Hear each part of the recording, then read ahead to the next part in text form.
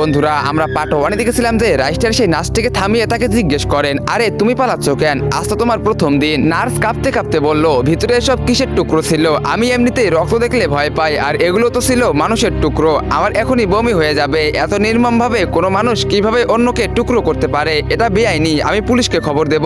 তখন রাইস্টার বলল, আরে না, বিশ্বাস করো, এদের আমরা টুকরো করিনি। নার্স পাল্টা প্রশ্ন করলো, আপনারা টুকরো না করলে কি এরা নিজে নিজেই হয়েছে? রাইস্টার আসল রহস্য ফাঁস করে বলেন, আসলে 5 বছর আগে এই হাসপাতালে হোয়াইট 444 নামে একজন নতুন ডাক্তার এসেছিল। সে ছিল অত্যন্ত লোভী এবং দুশ্চরিত্রের মানুষ। সে বেশি রোগী পাওয়ার জন্য এবং প্রচুর টাকা উপার্জনের জন্য একটি ফোন দিয়ে এটেছিল। সে হাসপাতালের রাস্তায় 10-15টি ধারালো পেরেক বিছিয়ে রাখতো। ওই রাস্তা দিয়ে যত গাড়ি যেত সেগুলো টায়ার পাঞ্চার হয়ে যেত এবং ভারসাম্য হারিয়ে দুর্ঘটনা ঘটাতো। যখন মানুষ আহত হয়ে সে হসপিটালে আসতো, তখন সে ডাক্তার তাদের পেট ছিঁড়ে কিডনি বের করে বিক্রি করে দিত। এভাবে সে মানুষদের উপর অত্যাচার চালাতো। তিনি আরো বলেন, এক সন্ধ্যায় একটি পরিবার গান শুনতে শুনতে ওই রাস্তা দিয়ে যাচ্ছিল। তাদের জিপ গাড়িটি পেরেকগুলোর উপর দিয়ে যায় এবং দ্রুত গতি থাকার কারণে গাড়িটি সজোরে একটি জায়গায় গিয়ে ধাক্কা খায়। হোয়াইট 444 এই সুযোগের সদ্ব্যবহার করার জন্য তাদের কাছে যায়। এতগুলো মানুষ দেখে সে খুব খুশি হয়েছিল, কিন্তু সে যখনই পেট ছিঁড়ে কিডনি বের করতে যায়, তখন এক মা এবং স্ত্রীর অভিশাপ তাকে গ্রাস করে। তারা বলেছিলেন, আমি তোকে অভিশাপ দিচ্ছি, তোর শরীর যেন টুকরো টুকরো হয়ে যায়। আর সাথে সাথে হোয়াইট 444 এর শরীর 4 টুকরো হয়ে গেল।